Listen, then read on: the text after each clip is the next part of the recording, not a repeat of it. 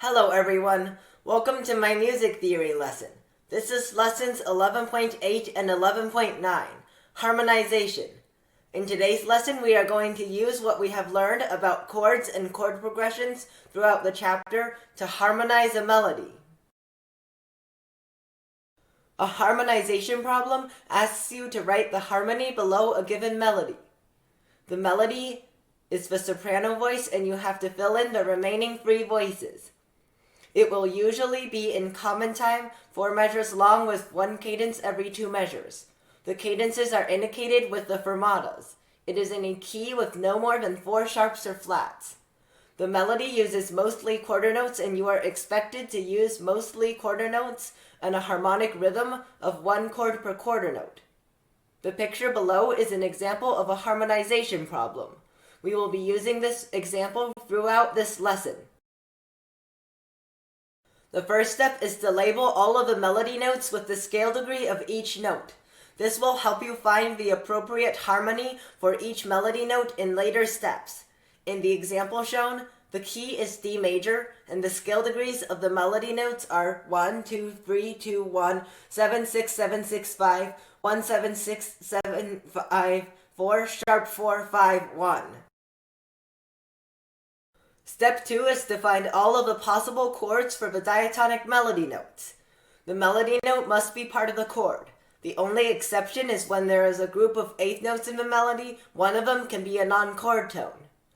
In the example, all of our possible choices for chords are listed below their corresponding melody note. Step 3 is to find the chords implied by non-diatonic melody notes, which could be secondary dominants, augmented 6th chords, or Neapolitan chords. In the example, the second melody note of the last measure is not diatonic. It implies either an augmented 6th chord or a 5 of 5. I chose for it to be a 5 of 5.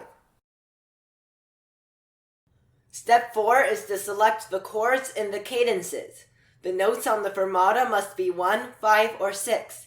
For half cadences, there must be a predominant chord before the 5 chord. For authentic and deceptive cadences, there must be a dominant chord before the 1 or 6 chord. For steps 4 and 5, ignore inversions and just assume all of the chords will be in root position. In the example, I chose 4, 5 for the first cadence. The first cadence must be a half cadence because there are no dominant function chords to choose from for the chord before. Because the cadence is a half cadence, the chord before must be predominant function. I chose 4, but 2 would also work. For the last measure, I chose 5, 1. Since the last chord is tonic function, the second to last chord must be dominant function, which makes 5 the only choice. Choosing 6 for the last chord and therefore using a deceptive cadence would also work. Step 5 is to select the remaining chords. Keep in mind that chords usually move from tonic function to subdominant function to dominant function and back to tonic function, or from tonic to dominant to tonic. Use circle, reverse circle, ascending second, and descending third progressions as much as possible. Start near the cadences in the beginning, near what you already know, and then connect the dots.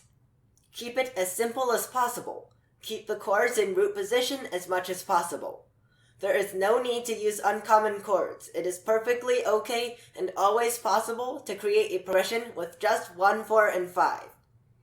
Avoid using secondary dominants, augmented 6th chords, or Neapolitan chords unless they are implied by the melody.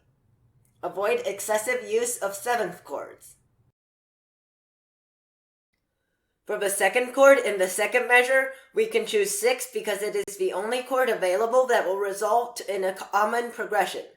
Because there is a half cadence at the end of the second measure, the third measure must start with a tonic function chord. From the third measure to the fourth measure, I connected the dots using dominant, tonic, dominant, and subdominant function chords from the second beat of the third measure to the first beat of the fourth measure. For the first chord in the second measure, I used a 7 diminished to have a dominant function chord before the tonic function chord. I connected the progression back to the first measure using a pattern of alternating tonic function and dominant function chords. I made one of the eighth notes in each group in the melody non-chord tones. The third beat of the first measure has a passing tone, the second beat of the second measure has a neighbor tone, and the third beat of the third measure has an escape tone. Now that we have determined the progression, we have turned our harmonization problem into a voice leading problem. You now have to write the progression using proper voice leading. Start by writing the resolution of all of the chords that need to be resolved, which are 5, 7 diminished, any seventh chords, secondary dominants, and augmented sixth chords. If the voice leading for one particular chord is very hard or impossible, try choosing another chord from the menu. Replace the chord with another one of the same function so you don't have to change other chords in the progression. To make for a smoother bass voice and to help avoid parallel fifths and octaves, use inversions whenever needed. The 7 diminished triad should always be used in first inversion to avoid parallel octaves when resolving it. This is the final answer to our example. The second beat of the first measure was inverted to make smoother motion in the bass voice. The fourth chord in the first measure was inverted to give motion to the bass line. The first chord in the second measure is inverted because all 7 diminished triads must be inverted to avoid parallels when resolving. The next chord is also in first inversion so that the 7 diminished before it can properly resolve. The next 7 diminished is also in first inversion. The chord after it is in first inversion so that it can resolve properly. The 5 chord at the end of the third measure is inverted for smoother motion in the bass line.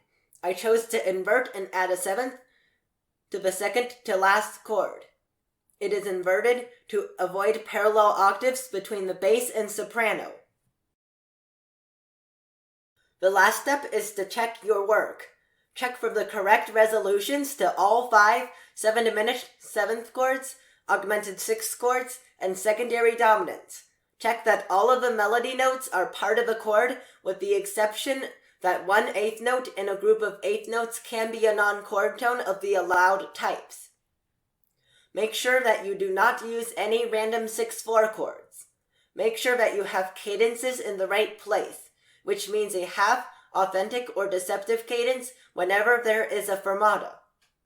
Lastly, check your voice leading for parallels, spacing, and motion. You need to become fluent with the process of harmonizing a melody, and the best way is by practicing. Let's try it on the next slide. Harmonize the melody. Sample answer shown. All of the 5, 5, 7, and 7 diminished 7 chords resolve properly.